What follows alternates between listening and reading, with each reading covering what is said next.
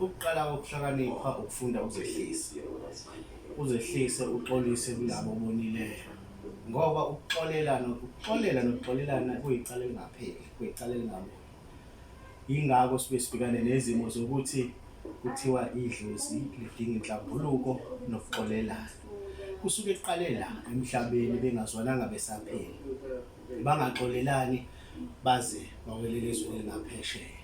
Bese besishiya ney'nkinga ney'kweletu zokuthi sifanele sigeze idlozi, senze uxolo, senze inhlambuluko, siphinde silihlanganise. Ukuze kungenzeki lokho, asigweme kusemanje. Xolelana uphinde ufunde ukuxolela nokuxolisa nokuzehlisa kulabo bomndeni ongazwene kahle nawo ukuze ulungisele ikusasa lesizukulwane sakho. Enza manje kusanesikhathi kumahhala ukuxolisa nokuxolela.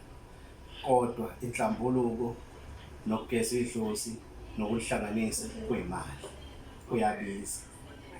Ngibonge.